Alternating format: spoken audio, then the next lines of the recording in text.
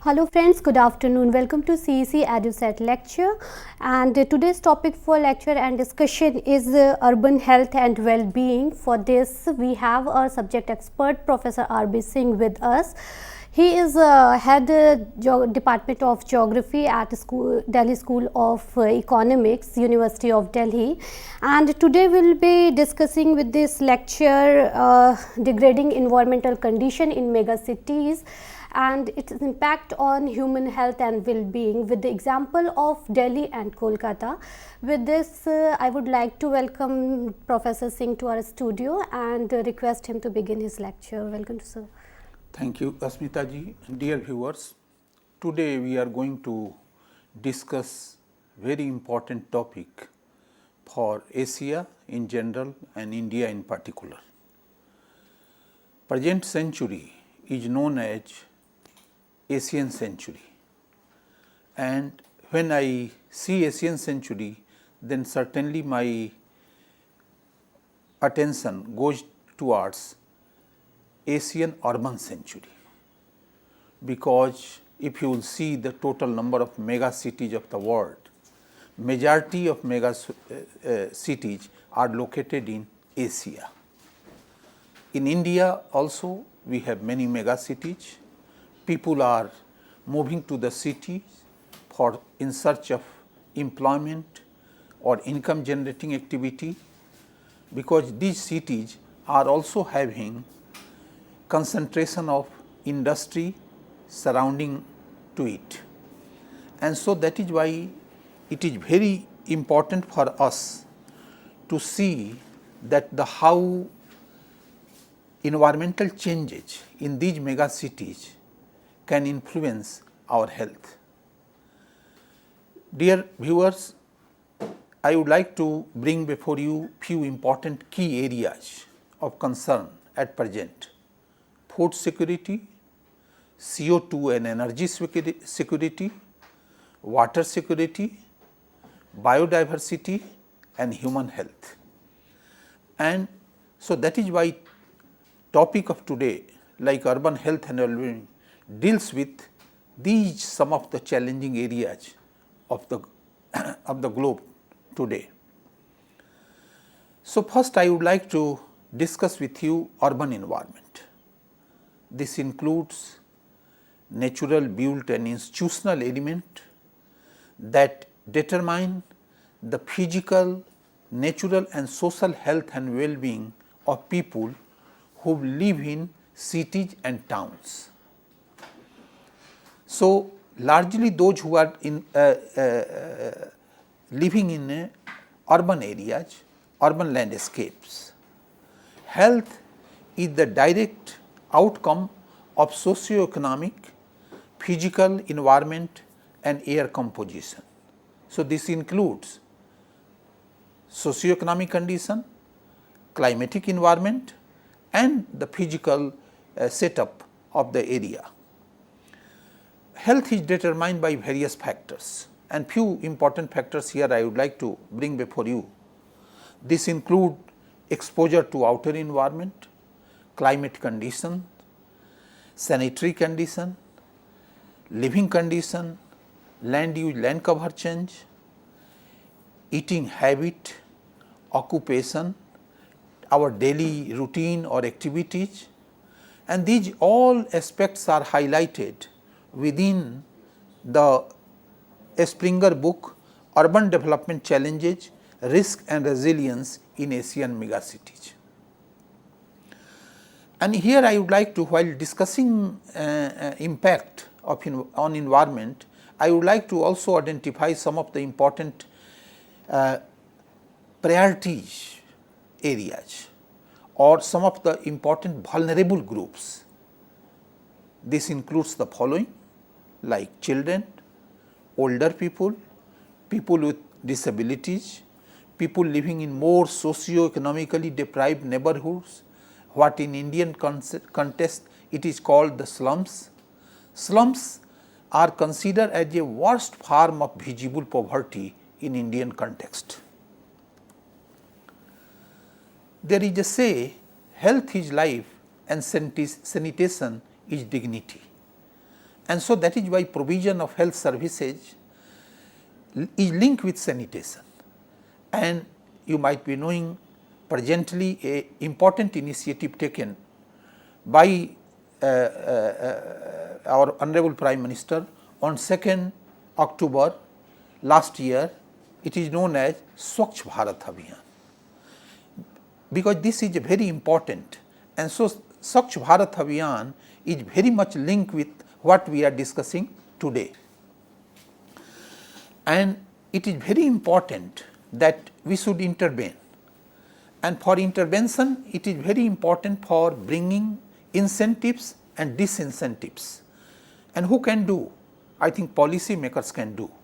But academician, social scientist, geographer, we can prepare ground for policy makers.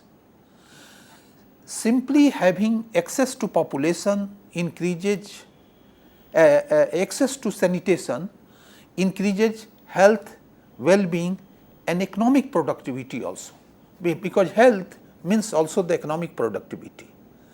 Somebody told health is wealth. Inadequate sanitation impacts not only individual, household, community and whole country, society, a state.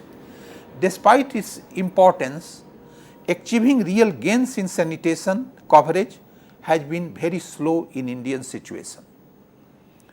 Nearly 40% of the world population, 2.4 billion, have no access to hygiene means of personal sanitation, and this is a very important concern for us. Scaling up and increasing the effectiveness of investment in sanitation need to be accelerated to meet the ambitious target agreed at Johannesburg.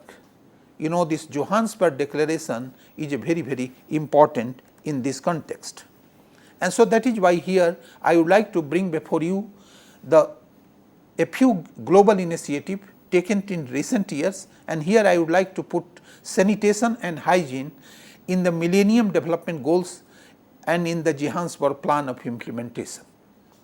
Very briefly here I would like to say that it was expected that by 2015 the proportion of people without access to basic sanitation, but we are very far from reality. Improve sanitation in public institutional, especially schools, and so that is why main focus of Swachh Bharat Abhiyan is to improve sanitation condition at school and colleges, promote safe hygiene practices, promote affordable and socially and culturally acceptable technology and practices, integrate sanitation into the water resource management strategy, and so that is why sanitation can be integrated into the water management strategy, because we have several waterborne diseases prevalent in our country. Implement plans, national policy, incentives in waste minimization and improve recycling. Dear viewers, it is very important for us to identify resource recovery from these waste. You will see that rock garden at Chandigarh, this all based on the waste management. Several initiatives. In India, we have such tradition since centuries. At home, at a community level, women particularly, they have been involved for recycling several our used material. So that culture should continue together with recycling. How we can make resource recovery from this? Build institutional capacity and develop programs for waste collection and disposal services for unserved population, because whatever the facility we have, I think it is a served by facility not served by a small section of population, but each facility we have a very heavy pressure, and so that is why it is very important for us reducing this pressure on a scarce facility available in different part of the country and more specifically for in the urban areas. And it is very important to develop existing or strengthen existing information networks. Here, dear viewers, I would like to also mention the very important initiative taken by International Council of Science, ICSU, Plan of Health and Wellbeing in Changing Urban Environment. And so that is why several important steps are being taken by national government for improving health and sanitation. This regional plan examines urban life, health and disease profiles, all of which are rapidly changing due to the rapid urbanization in combination with industrial development, and making the management of the new urban centers, Asia in particularly and the Pacific, a very challenging task. This plan recognizes the constraint due to the diversity of income level. In the city you can find a great diversity in provision of services together with different income group prevalent in our situation, and so that is why vulnerability differ from zone to zone, region to region. Apart from that, the culture is very important, governance, capacity of individual and capacity of community, both are simultaneously working together in the urban areas. Availability of data for implementing a system analysis approach in urban health planning and management in the region. Capacity building would be developed around a major activity in the region where policy makers, community groups, civil society, scientists, administrators and people from informal sectors need to interact and understand the strength and weakness of each individual approach, and to see how that understanding improve through a systematic processes. It is very important for geographers to utilize available technology with us like remote sensing, geographic information system, and then to develop an integrated assessment tool in order to provide a appropriate tool for planners and decision makers. I would like to put before you some of the important drivers of healthcare system in India. Demographic factors are very important, and in this context increase of population is very important. Shift in demography, 60% people population in younger age group, rise in disposable income, household in the above Indian rupee 200,000 per annum can benefit an increase of disposable income from 40% to 26%, a massive increase making healthcare more affordable. Increase in the incident of lifestyle related diseases like cardiovascular diabetes when compared to the communicable and various other type of the infectious diseases. Rising literacy is very, very important, and so that is why we have, due to the rising literacy, we have growing awareness, patient preferences, better utilization of institutional services. These are very, very important. On the other hand, here I would like to tell you some of the important economic factors. Tax benefit, sometimes it is very, very important, and so that is why tax holiday since many years that rule is prevalent, and sometimes it brings a lot of change in the situation. Lower direct taxage, higher depreciation on medical equipment, income tax exemption for 5 years to hospital in rural area are being provided by the government to the sector. Even for the doctor, it is very important the rural service. in many countries of Europe, we have the military service, compulsory military service.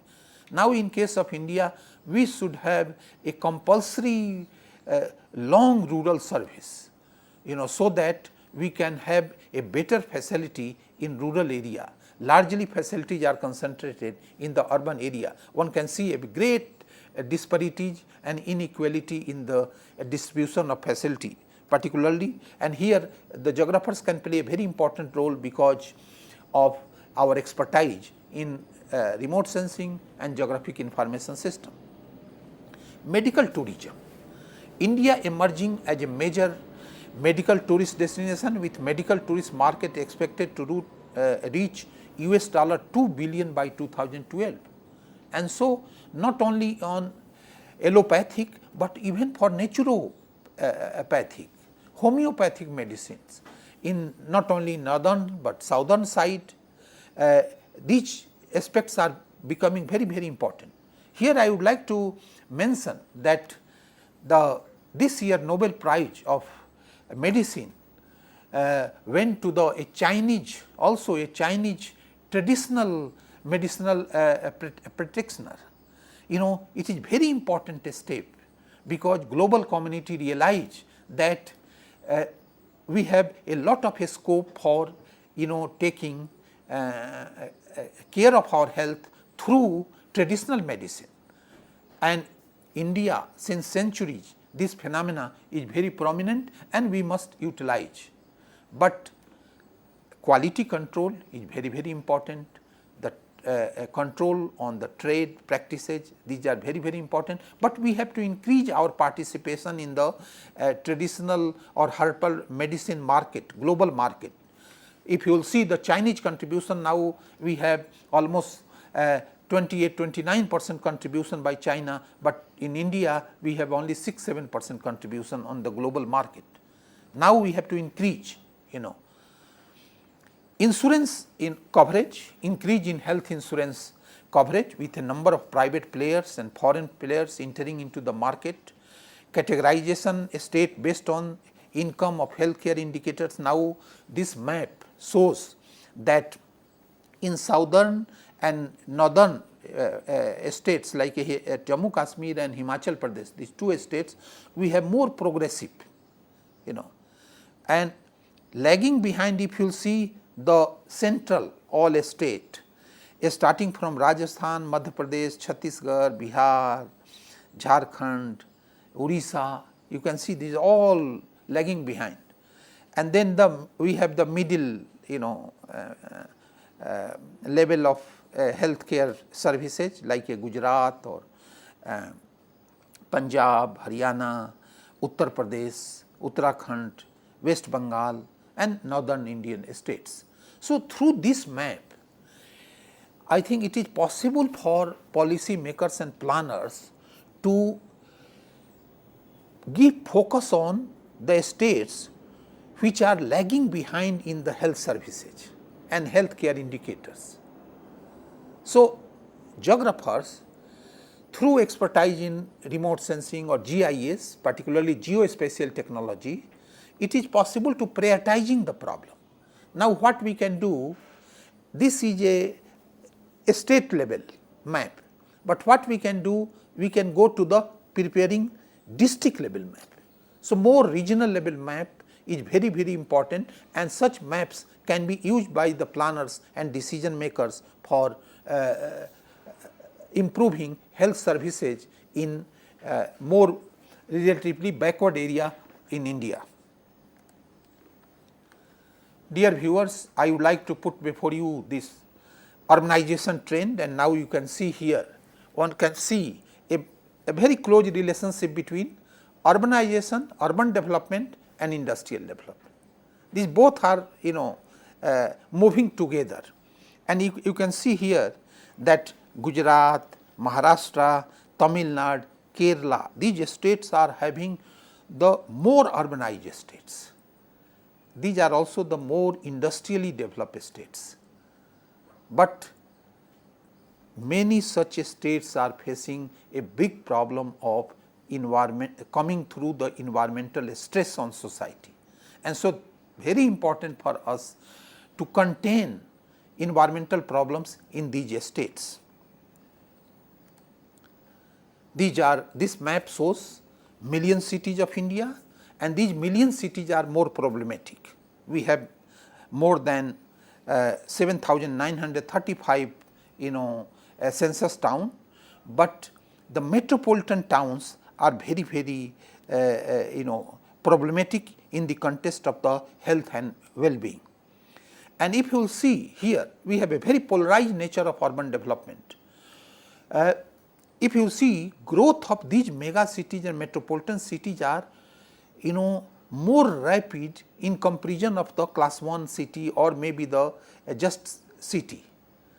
So, these cities are attracting the more migrants from rural areas, rural to urban migration, and another phenomena here I would like to mention, a small urban center to the big urban centers like a metropolitan city and mega cities.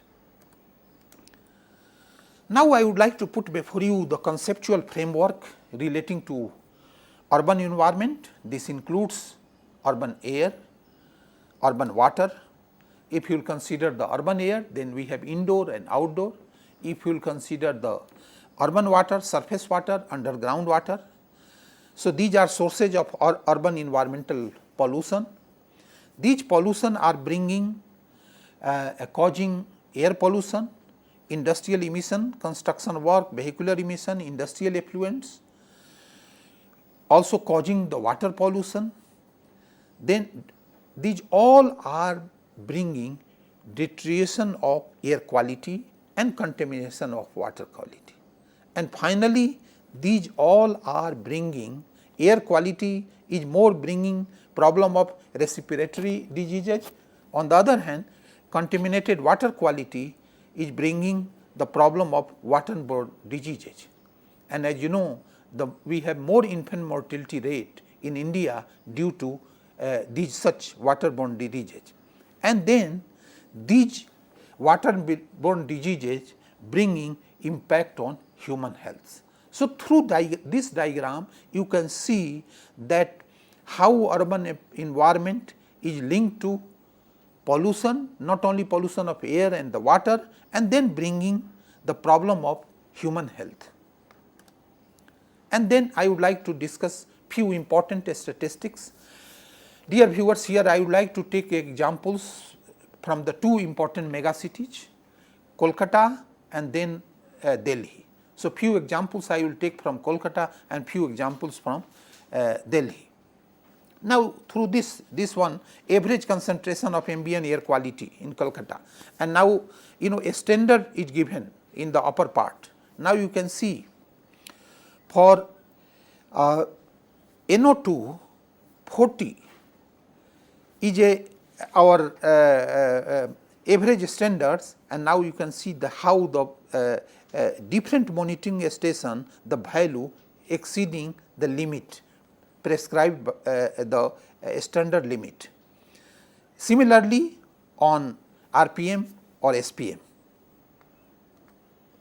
Now, you can see this through the diagram, and particularly the seasonal concentration. It is very important for us to examine in the seasonal level, because climate is very important determinant for human health also.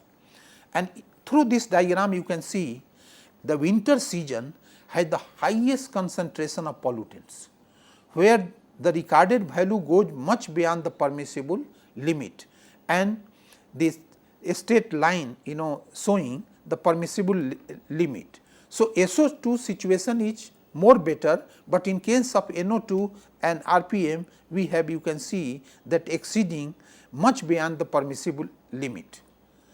The lowest value is recorded during monsoon and the post monsoon period, because of the due to the rain, the pollution problems decreases during the rainy season. If you will see here, I would like to take the few more indicators taken into consideration of the different monitoring stations, and SO2 in different 17 monitoring stations, and you can find here the study shows the recorded value of SO2 is not violating the norm and remains within the prescribed value, and thus the level of pollution is low. So, SO2 situation is not very bad. It means Kolkata is having the SO2 level under the permissible limit, but in case of NO2, out of the 17 monitoring station, 5 locations came under the critical level of air pollution. You can see this, the annual average value, and the also the last column here showing air quality, critical level, higher level, so all critical or the higher level you can see, while rest of 12 stations are under high level of air pollution in terms of NO2. The most striking point here is that not a single location came under the moderate and low level of air pollution. So, through this diagram, I think policy makers can take a lesson and they can focus on controlling NO2 in case of Kolkata. Here you can see RPM, respiratory particulate matter. Out of 17 monitoring stations, 4 locations came under the critical level of air pollution, and rest of the 13 locations came under the high level of air pollution. The environment in Kolkata thus found highly polluted in terms of IPM. This is a very, very serious situation in Kolkata. And one can see here a very close relationship with the industrial activity, power plants, and variety of the traffic concentration. These are very, very important. Even population density, one can find a very close relationship between population density and also the high concentration of particulate matter because of use of the several traditional sources of energy and all. Through this, here I would like to put before you the trend and SO2, actually no trend and situation is very good, but in case of you can see here trend, particularly the temporal situation. NO2, I think the many years you can find exceeding the permissible limit.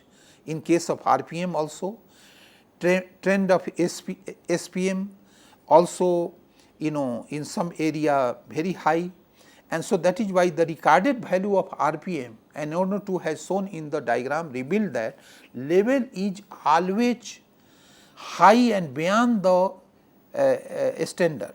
The SO2 level shown much below the permission level and recorded a decreasing trend. Apart from air quality, in city or urban areas, water quality is very, very important.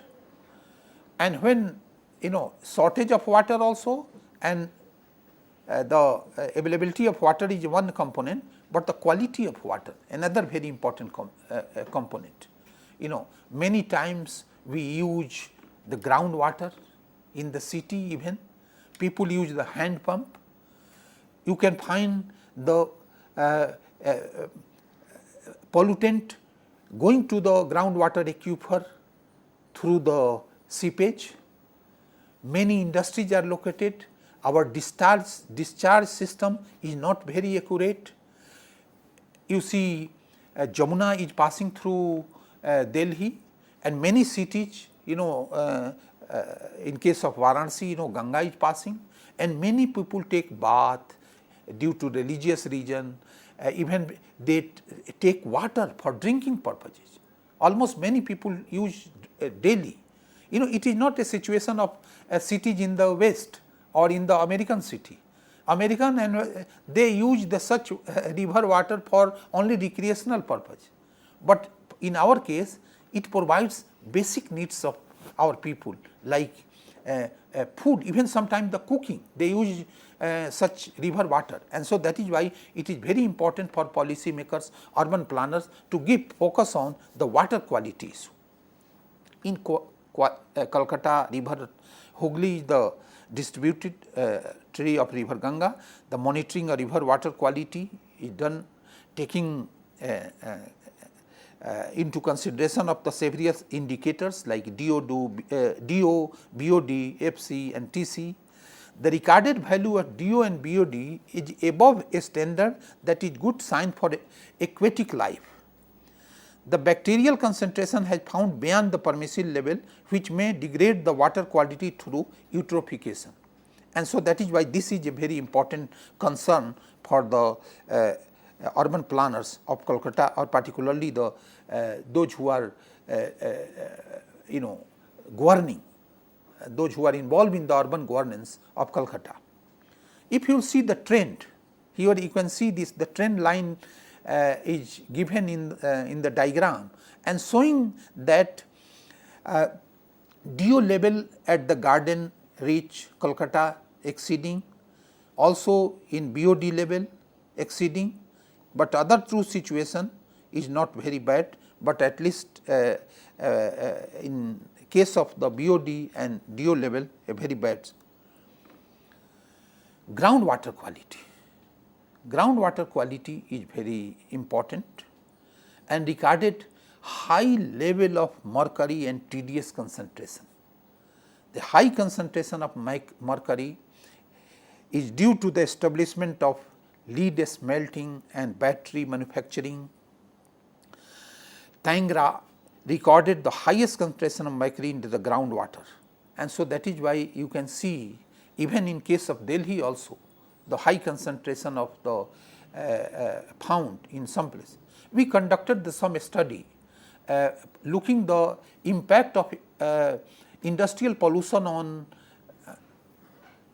vegetable cultivation, vegetable and fruit cultivation along Yamuna, and we found that heavy metal concentration in 2-3 important vegetables like spinach, okra,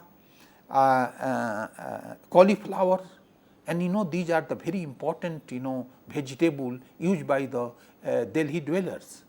So, it is very important to take initiative at a various level.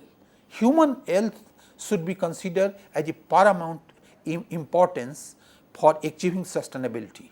Without good health, economic productivity cannot be achieved, sustainability cannot be achieved. Dear colleague, we discussed also some point relating to the urban heat island yesterday, but here I would like to go more minute level, and you can see the temperature, urban heat island based on temperature.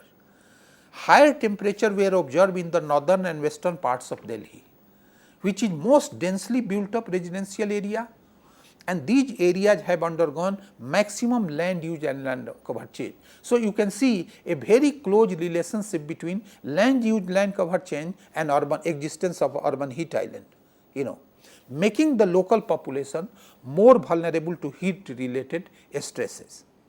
At the seasonal level, the lowest differences observed during the cloud cover monsoon season. The decreased difference in temperature across Delhi during the wet monsoon season may be attributed to role of increased thermal admittance in less urbanized area. Maximum differences were observed during the late afternoon hours with heating of near surface air produced by outgoing long wave radiation. So, it is very, very important for us to analyze this temperature, but we have limitation of data, and so that is why it is very important government should encourage different educational institutions to go for a weather station at their premises, so that we can have the more. At present from the government sources we can get the meteorological data for only 2 stations, Safdarganj and the Palam. We need to. We did such exercise, and recently our Department of Geography, University of Delhi installed the automatic weather station, and we are getting continuously the data, and for long term I think it is possible for us to have a better understanding of microclimatic changes. You can see this, how the low, moderate and high and very high potential intensity. And so, one can see a very close relationship between this map and health related map or diseases. More prevalent diseases are linked with this. Now, case of Delhi, I would like to take up another very important, and here through this diagram, particularly map, you can see this, when Yamuna entered into the Delhi, we have more clean water, but when goes out, it is a more poor quality of water. And poor quality means it is not like a rivers in the foreign country. Our rivers are, providing, water for drinking, for cooking, for bathing, these all people are using. And so, ultimately these people are becoming at risk. You can see here increased discharge of untreated sewage, in the city, and total dissolved solid at selected site. Many important steps are taken in recent years, but still we have to do a lot for improving quality. You can see the different sources of pollutants like spraying of insecticide. We have a lot of the rural area also in the Yamuna belt, idle immersion in river Yamuna, lot of the disposing the several waste material. These are the very important. Solid waste, in case of Delhi particularly, I would like to highlight this very important. Improper solid waste management contribute to 6% of India's methane emission and is the third largest emitter of methane in India and causing the climatic change. This is much higher than the global average to 3% methane emission from solid waste. Improper management of municipal solid waste cause haphazard development of inhabitants, rural inhabitants and the urban inhabitants, particularly the fringe inhabitants. About 90% of the municipal solid waste is disposed of unscientifically and in open dumps, landfill sites, creating problem for public health and environment. It is very important for us to bring here environmental stewardship, a sense of responsibility among civil sense among city residents, so that disposal of waste should go on a proper site.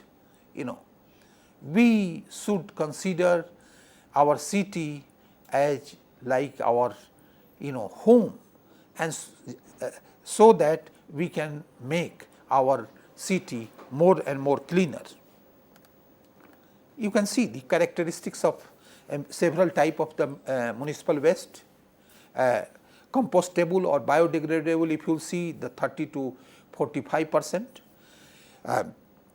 recycling material 5 to 10%. So, these percentage vary from city to city depending on the food habit, lifestyle, other even socio-economic condition, existence of the slum locality. These are very important in this context.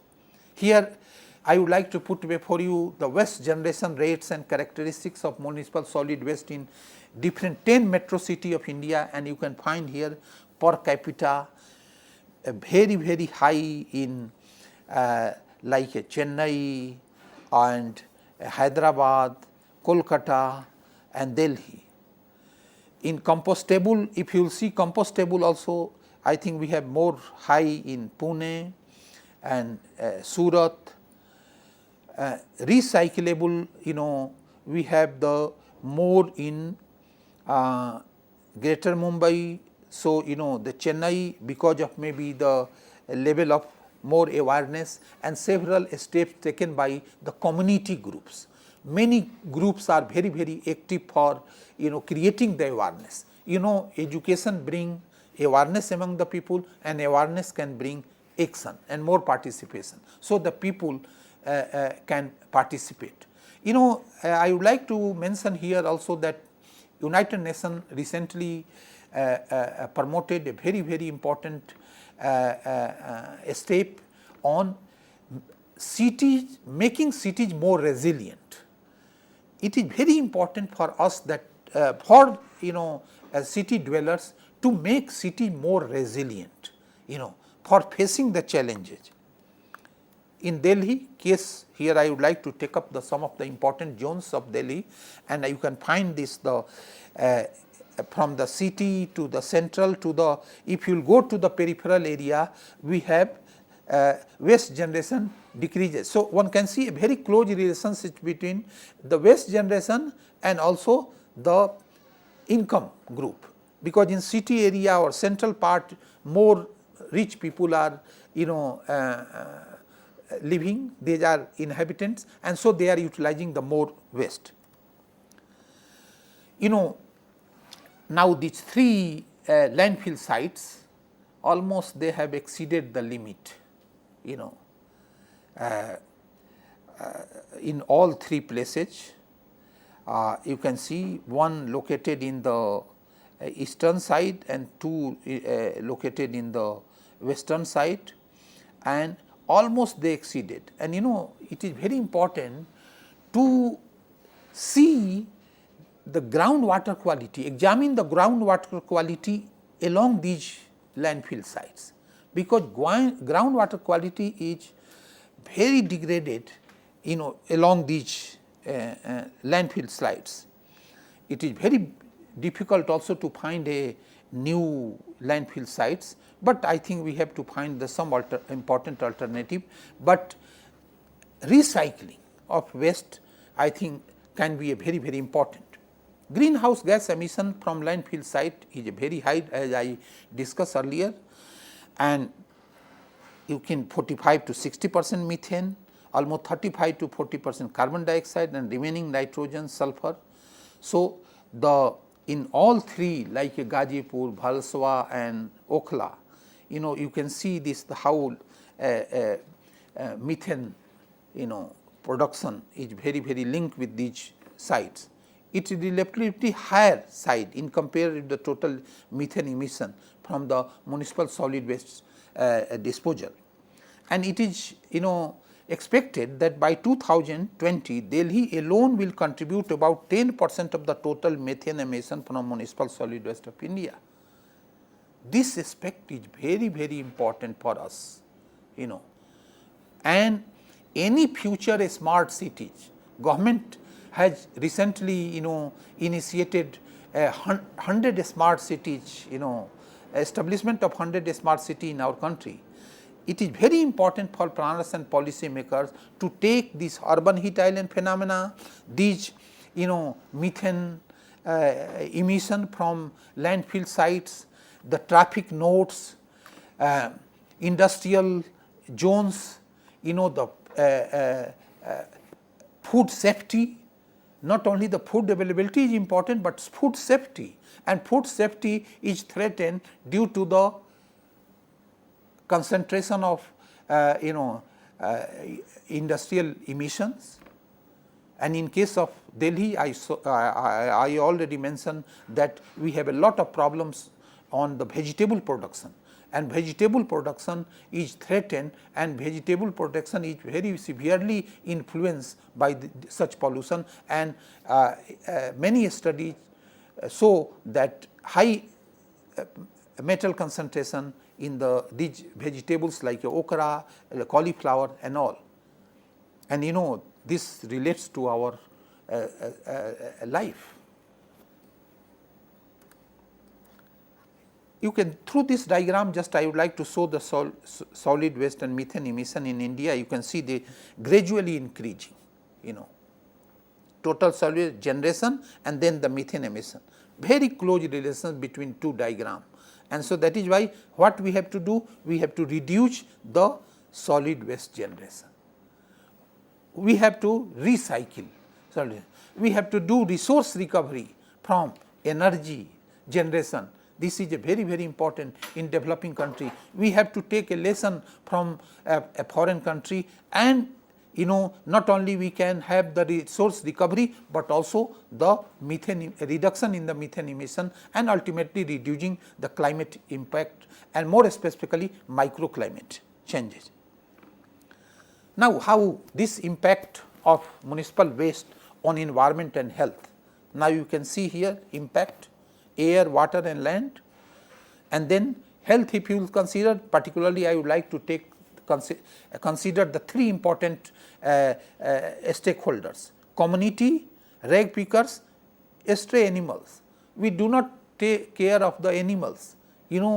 India, we even sometimes worship our animal. It is very important, these stray elements, to take care of such elements. Otherwise, they are also severely affected by such process, such hazardous materials eaten by them. In case of disaster, most of the time we consider human health, human being, not animal being. Animal should be considered is a very, very important aspects in our and we have to promote the ethics in this context. We have to improve our value system in our society.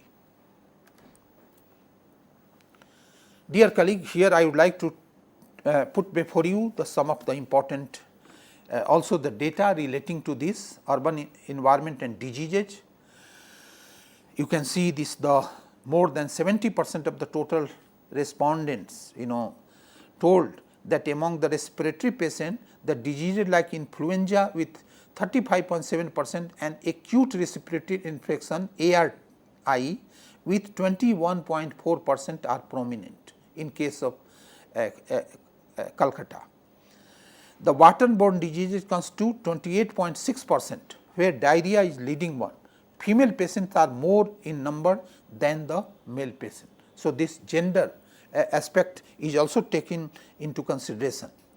Now, here you can see symptoms and signs involving the respiratory and waterborne diseases, and you can see in case of the respiratory, the cough, abnormalities in breathing, cough 85%, then followed by pain in the throat and chest, then followed by abnormality and breathing is very important. In case of the waterborne diseases, you can see the more high we have the severe cold, then the headache, dehydration, sickness and illness, these are the very important problems. Same theme here, you can say the occupation of the pattern and disease pattern, you can find that a student is very severely affected by this process, followed by housewife and then a student. These are two very important vulnerable groups. So, such exercise can help for the local health practitioner, health administrators, urban those who are involved in the urban governance to take care of priority areas. I think such type of the data and statistics can help in prioritizing the problem. Now, in case of here you can see urban environment and diseases, patient with respiratory diseases have constituted 90.7%, almost 91% of the total responded, where the ARI with 86% of the single largest of all the diseases found among the respondents. Cough, abnormalities of breathing, sickness, illness and headache are some of the important notable symptom notices among the respondents. Taking responsibility of the people is very important for academician and also for the planners or decision makers, health related decision makers. And so, here this type of the data coming from the people responses, and we can incorporate such people responses in policy making, health related policy making. You can see here also symptom and high involving respiratory and waterborne disease also in another center. This is for another center, that was for another center. So, here few important point I would like to highlight, that the people living in the slums are more vulnerable to environment pollutant. Among the respiratory patients, the disease, namely acute respiratory infection ARI, are very much prominent. Patients with respiratory disease are more in number than the waterborne diseases. School going child and housewives are the vulnerable groups. Here you can see the rag pickers. This is a Delhi case of Delhi, and 34% largely the injuries, and they are affected, then followed by 23% jaundice type of these rag pickers. You can see in case of Delhi the mortality, how particularly here I would like to tell you the mortality increases in the heart attack and the heart related diseases. All urban diseases, what it is known as urban diseases, and so that is why we have to consider the understand the process, and then we have particularly we have to remove obstacles contributing to this, remove the different type of the sources which are contributing to the urbanization and the urban induced environmental stress on health. You can see this the death due to the cancer of respiratory and intrathoracic organs, Delhi, and temporal analysis from 1991 and 2009 suggests that no year below 3,000 deaths, and in 2001 it was 3,189 caused by the diseases of respiratory. So, you can see from your own perception the type of problem we are getting. Impact on respiratory organs, various order of respiratory illness and deaths are constantly increasing by multiple folds. URT diseases 9 in 2002 to 499 in 2000, rapid increase you can see. LRT if you see diseases reduced the nearly half. Other diseases of respiratory system largest contributor of respiratory induced mortality. Notably in all time period male are much vulnerable than females. Age wise composition if you will see here also, and particularly that the group 70 or more are more vulnerable to this, the old age people, elderly people are more vulnerable, and then the children, middle age are I think the less vulnerable. Decline for children from 50 mortality rates from respiratory disease 507 was in 2006 to 812 in 2010, and increase for the old and middle age group. Here you can see also in case of the all year 2000 observed exponential growth. Acute accounts for major other respiratory disease share for the all age groups. So, 1 to 14 years experienced twice much as deaths from 2006 to 2010. Here you can see the services, NSSO data providing that how the services, the private public services decline. If you will consider the per percent of patient, if you will see choice in patient service provider, if you will see, and then private more increasing, but it is a very expensive country like India. So, it is very important for us to improve the public health services, more public health services. In this context, I would like to tell you that role of geographical information technology, geospatial technology can help decision makers and planners to visualize and understand the public health problem in a more better way, and so geography can play a very important role in decision making of urban health and well-being in our country.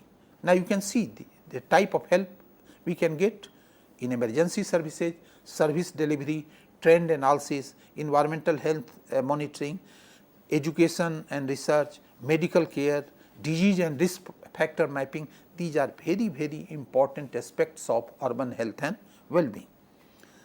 Case of the solid waste you can see, I think the R principles should be particularly reduction, reduce, reuse, recycling, processing, incineration, sanitary landfilling, dumping. These are the very, very important.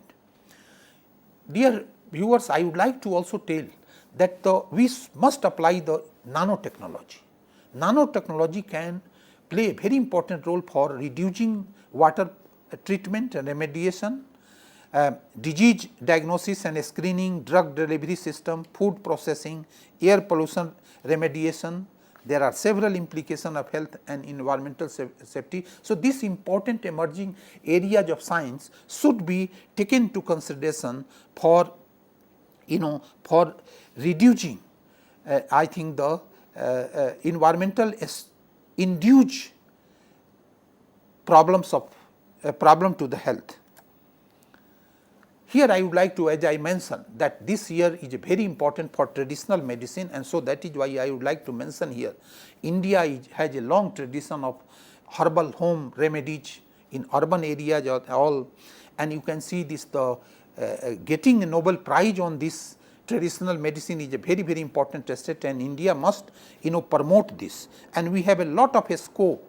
You can see in herb for health in urban spaces. Several things I think can be planted within our own home, and you can take a lesson how in rural area people in their home garden they use several type of the herbs and remedies for curing variety of diseases.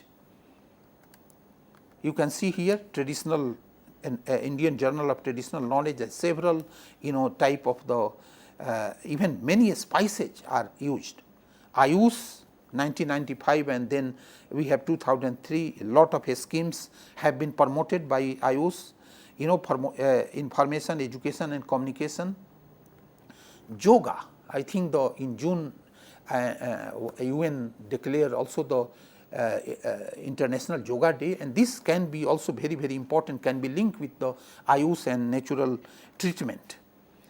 Finally, I would like to very briefly, I would like to bring few important areas for capacity building in order to make a difference in area of urban health and well-being. These are building capacity to make a difference, involving the training is very important, skill development, hygienic practices should be promoted, getting sanitation and hygienic right, own local technological solution, and here the traditional medicine also can play a very important role. So, modern and traditional medicine must go hand in hand, paying attention to the gender and equity, lobby for better services targeted towards women and children. As you might have seen this, they are more vulnerable, very affected by the variety of regions, focusing on youth, using education, taking responsibility for environment, monitoring progress, making information flow and strengthening partnership. These are some of the important steps can bring a glory for urban health and well-being in India. Thank you. Oh, thank you so much, sir, for such interesting and pertinent topic lecture. And dear viewers, if you have any other question regarding this lecture, please write us back on our official email ID, which will be showing just after this lecture. And I would like to thank you so much, sir, for being here. Thank you. Thank you.